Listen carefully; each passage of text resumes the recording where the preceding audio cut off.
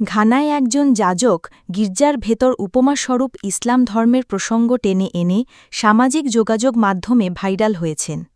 তার বক্তব্য আন্তঃধর্মীয় বোঝাপড়া বাড়াতে এবং বিশ্বাস ও জ্ঞানের মাধ্যমে মানুষকে একত্র করতে সাহায্য করছে।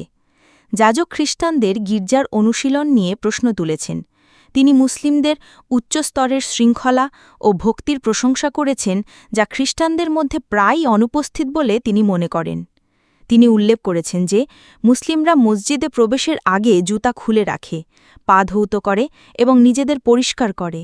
যাজক বলেন, যদি খ্রিস্টানদের গির্জায় প্রবেশের আগে এ ধরনের কঠোর শুদ্ধিকরণ প্রক্রিয়ার মধ্য দিয়ে যেতে হতো, তাহলে অনেকেই গির্জায় আসা বন্ধ করে দিত।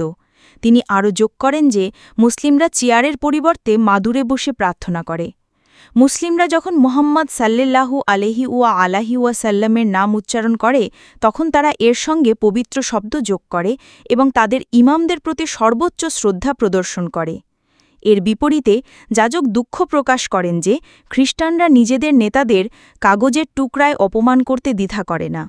যাজকের সবচেয়ে সাহসী মন্তব্য আসে যখন তিনি পরিত্রাণ অর্থাৎ সেভড বাই গ্রেস সম্পর্কে খ্রিস্টানদের প্রচলিত ধারণাকে চ্যালেঞ্জ করেন। যাজক তার শ্রোতাদের মুসলিমদের কাছ থেকে শেখার জন্য উৎসাহিত করেন। তিনি পরামর্শ দেন যে একজন ভালো খ্রিস্টান হতে চাইলে একজন ইমামের কাছে অনুরোধ করে 1 সপ্তাহের জন্য মসজিদে যাওয়া উচিত এবং একজন নিষ্ঠাবান মুসলিমকে অনুসরণ করা উচিত।